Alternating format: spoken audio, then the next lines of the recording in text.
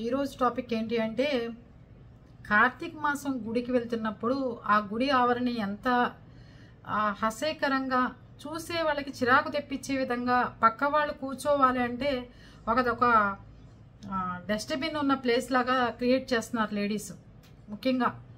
ఎందుకంటే మొన్న ఒక ఆవిడ కమలాకాయ నైవేద్యం పెట్టింది దేవుడికి, ఆ తొనలన్నీ ఒలిచేసింది, అక్కడ పడేసింది, తమలపాకు మీద చక్కగా నైవేద్యం పెట్టింది, అయిపోయింది. తొక్కలు ఎక్కడున్నాయి అక్కడే ఉన్నాయి. ఒక ఆయన కొబ్బరికాయ కొట్టాడు దేవుడి దగ్గర గుళ్ళో.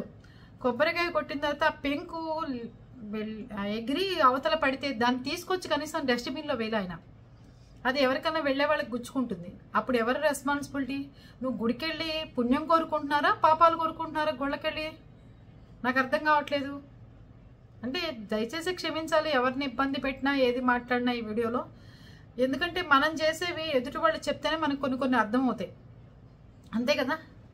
అలాగే గుడికి వెళ్ళిన తర్వాత చేస్తున్న పనులు, ఇప్పుడు 360 ఒత్తులు మామూలు దీపారాధనలు చేయటాలు పోయినాయి. కోటి దీపోత్సవాల్లాగా 1,00,000 ఒత్తులు ఇంత పెద్ద కట్ట పెట్టేసి అక్కడ వెలిగించేస్తున్నారు. పోనీ మీరు వెలిగించింది ఏమన్నా 10 నిమిషాలు గుడి వాళ్ళు ఉంచుతున్నారా అంటే వెంటనే ఒక చాట ఒక ఇది తీసుకొచ్చి వెంటనే దాన్ని తీసేస్తున్నారు. అవునా? అదే కదా జరుగుతుంది. దాని తర్వాత గుడిలో ఇంకోటి ఏం జరుగుతుంది? 1,00,000 ఒత్తులు పెద్ద కట్ట తీసుకొచ్చి పెడితే మీ ముందు ఆవిడికి అది గనక 360 ఒత్తులే పెద్ద మంట వస్తుంది. మీ ముందు కూర్చున్న ఆవిడ వెనకాల కనుక జడకో చీర కొంగుకో అంటుకుంటుందని కూడా లేకుండా వాళ్ళకి తగ్గ ప్లేస్ ఉంచుకుని తక్కింది ముందుకు తోసేసి వెలిగిచ్చేస్తున్నారు. ఆవిడ వీపు అంటుకున్నా, చీర అంటుకున్నా, నడుము అంటుకున్నా, జడ అంటుకున్నా, ఏది అంటుకున్నా అక్కడ ఆర్పడానికి ఎలాంటి సదుపాయాలు కూడా ఉండవు. అదైపోయింది. రెండోది, క్యారీ బ్యాగులు తీసుకెళ్ళి అక్కడే ఉండ చుట్టూ అక్కడ పడేస్తారు. కొబ్బరికాయ పీస్ తీస్తారు, అక్కడే పడేస్తారు. అగరొత్తులు అగ్గిపెట్లు చలా సపా 4-5 గీస్తారు, అది ఎలగదు, అక్కడే పడేస్తారు. అంటే నువ్వు దేవుడి చుట్టూ చక్కగా నీళ్లు చల్లుతున్నావు, ముగ్గేస్తున్నావు. ఆ ముగ్గులో నీ వరకే, నీ దేవుడి వరకే చూసుకున్నావు. కానీ దేవుడి చుట్టుపక్కల ఏం చేస్తున్నావు నువ్వు? దేవుడి చుట్టుపక్కలంతా ఏం చేస్తున్నారు మీరు? అరటిపండు తొక్కలు, క్యారీ బ్యాగులు ఉండ చుట్టేసి, అగరవత్తులు, అగ్గి పుల్లలు, అలాగపోతే అరటిపండు తొక్కలు, కొబ్బరికాయ పీచు తీసింది అక్కడే పడేసి ఇన్ని రకాలుగా చేస్తున్నారు అక్కడ. అది కూడా కాకుండా ఆ ప్రసాదాలు తినేసి ఆ డొప్పలు ఉన్నాయి కదా, డస్ట్బిన్ దాకా వెళ్తే దోవలో పడేసుకుంటూ వెళ్ళిపోతున్నారు.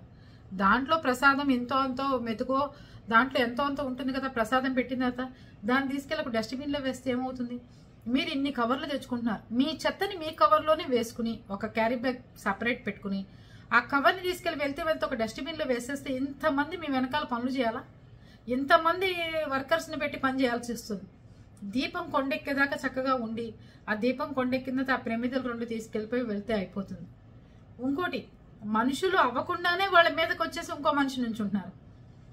మనుషుల్ని ఇబ్బంది పెట్టుకోవడం. నిన్నైతే తోసుకుని గొడవ పడ్డారు మన పౌర్ణానికి. ఎంతసేపు కూర్చుని పూజ చేస్తావమ్మా, ఏం బుద్ధి లేదా, ఎంతసేపు కూర్చుంటావు, లేస్తావు లేవు అక్కడి నుంచి అని చెప్పి అక్కడ కూడా గొడవలు పడుతున్నారు. ఎంత ఇదిగా తయారైందంటే ఈ పూజల గురించి చెప్పేవాళ్ళు కూడా పరిసరాలు పరిశుభ్రంగా ఉంచుకోకపోతే మీకు లక్ష్మీదేవి రాదని మీ నోటితోనే చెప్తేనే వాళ్ళు వింటారు గురువు గారు, లేకపోతే ఎవ్వరు వినరు. మాలాంటి వాళ్ళు గొంతు చుంచుకుని ఎంత మాట్లాడినా ఏం చేసినా వాళ్ళు పట్టించుకునేటట్టుగానే లేదు పరిస్థితి. అది అంటే మన ఇంట్లో మన హాల్లో కూర్చుంటాం, కొబ్బరి పీచు తీసేసి మన హాల్లో పడేసుకుంటామా చెప్పండి? ఆరెంజ్ ఒలిచేసి మన గుమ్మంలో అక్కడే పడేసుకుంటామా? నీ గుమ్మం ముందు శుభ్రం ఉండాలి, నీకు కిచెన్లో శుభ్రం ఉండాలి, ఇల్లు వచ్చేసరికి అద్దంలా మెరిసిపోవాలంటే గుడి ఏం పాపం చేసింది? గుళ్ళకి పోయి ఈ పనులు ఏంటి? ప్రసాదం తిన్న తర్వాత అవి తీసుకెళ్ళి దాంట్లో వేయడానికి బల్పా, డస్ట్బిన్లోకి వేయడానికి బల్పా అండి? ఆ కప్పులన్నీ అలా వేసుకుంటూ వెళ్ళిపోతున్నారు రోడ్డు మీద. అది పరిస్థితులు. ప్రసాదం అయిపోతుందేమో అని గబగబా వెళ్ళిపోయి ఒక 5-6 పొట్లాలు తెచ్చుకోవడం, అది తినలేక అక్కడ పడేసి సగం తినటం, సగం అక్కడ పడేయటం, లేకపోతే దాన్ని జల్లేయటం పిల్లలంతా, అవి అందరూ తొక్కుకుంటూ వెళ్ళటం. ప్రసాదం అంటే పవిత్రం కదా, అది ఎంతవరకు దక్కించుకోవాలో అంతవరకే దక్కించుకుని వెనక వాళ్ళు ఉన్నారు, వాళ్ళకు ఉందో లేదో చూసుకోవడం కానీ లేదు. కుటుంబ సభ్యులు ఉన్న 10 మంది వెళ్ళిపోయి, అన్నవరంలో చూసాను నేను, ఇది మీకు అన్నవరంలో చూసి చెప్తున్నా, 10 మంది వెళ్ళిపోయి 10 కంచాలు తెచ్చుకుంటున్నారు. తర్వాత తినలేక పిల్లలు పారబోసినంత పారబోసి, ఇది ప్రసాదం రా, ఇలా పారిపోయకూడదు, మనం కుదుమట్టంగా తినాలి, మంచిగా ఉండాలి, పద్ధతిగా ఉండాలని పిల్లలకి చెప్పకుండా పోనీ మిగిలిన చక్క ఫోల్డ్ చేసేసి మీ క్యారీ బ్యాగ్లోనే పెట్టుకోవచ్చు కదా. అన్నవరం టెంపుల్లో నేను ఇది చూశాను అనమాట. ఈ ప్రసాదాలు ఎక్కువ పెడతారు, వాళ్ళు పడేయటం అనమాట. రెండోది, అన్నవరంలో ఒక నాగేంద్ర స్వామి చెట్టు కింద ఉంటారు, పెద్ద వృక్షం అనమాట. దాని చెట్టు కింద మంటలు పెడుతున్నారు, 360 ఒత్తుల వరకు వెలిగించవచ్చు. మొన్న ఒక ఆవిడ 1,00,000 ఒత్తులు కూడా వెలిగించేస్తుంది ఆ చెట్టు కింద. ఏం చెప్తామండి, చెట్టు పాపం ఉసూరు వంటి లక్షల సంవత్సరాల నుంచి, 100 ఏళ్ళ నుంచి ఉన్న చెట్టు 1,00,000 ఒత్తులకి ఆ ఆకులన్నీ మాడిపోయి బాధపడుతూ అది కనిపించిందే నాకు కనిపించింది. నాకు అసలు దీపం వెలిగించాలనిపించట్లా. నాకు ఇంకో మనోవేదన ఒకటి వచ్చింది. మొన్న పౌర్ణానికి ఒత్తులు వెలిగించాలంటే ఏ ముగ్గేసినా చేతబడి ముగ్గుల్లోనే ఉన్నాయి అసలు అవి. అంటే మనం ఒక వీడియోలు చూస్తుంటే ఆ వీడియోలో వాళ్ళు అలంకరించేసి వేసిన ముగ్గులన్నీ ఇంత డల్గా ఉందేంటి మళ్ళీ చెరిపేయటం, ఇంత డల్గా ఉందేంటి మళ్ళీ చెరిపేయటం, మళ్ళీ వేయటం.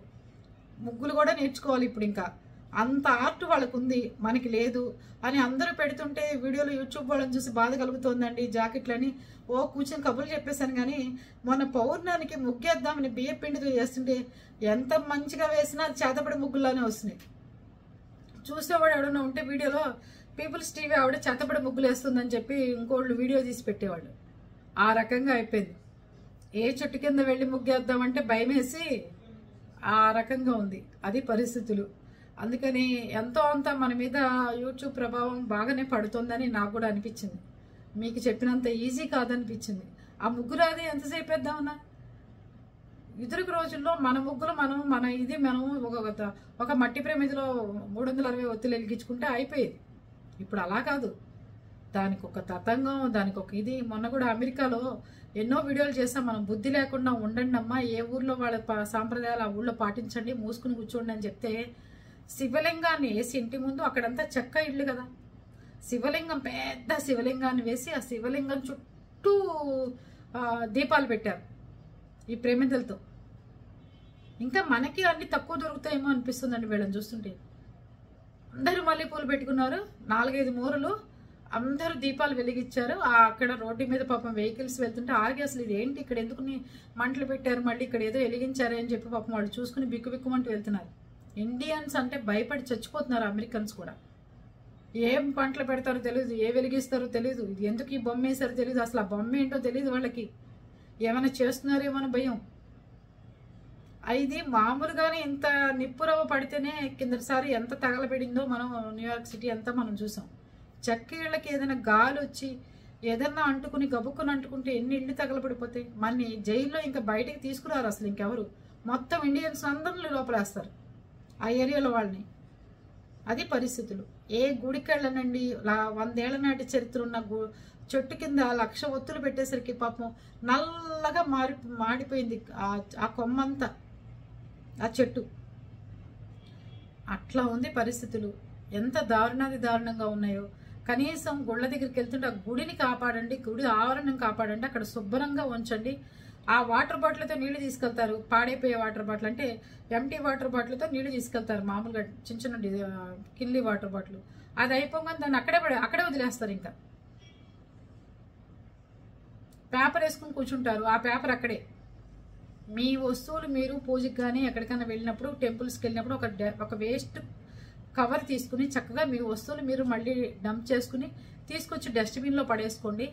అప్పుడు చక్కగా పర్యావరణం బాగుంటుంది, అంతా బాగుంటుంది, అంత నీట్గా ఉంటుంది. ఆలోచించండి, గుళ్ళకి వెళ్ళేటప్పుడు ఎదురువాడికి ఇబ్బంది కలిగేటట్టు, గుళ్ళు తగలబెట్టేటట్టు, చెట్లు మాడిపోయేటట్టు ఇలాంటివి ఏవీ చేయమాకండి దయచేసి.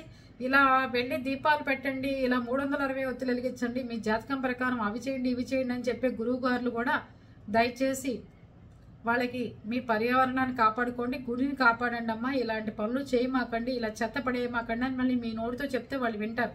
మాలాంటి చిన్న వాళ్ళు చెప్తే వాళ్ళు వినరు గురువు గారు. అందుకని మీలాంటి వాళ్ళందరూ చెప్పండి, ఓకేనా?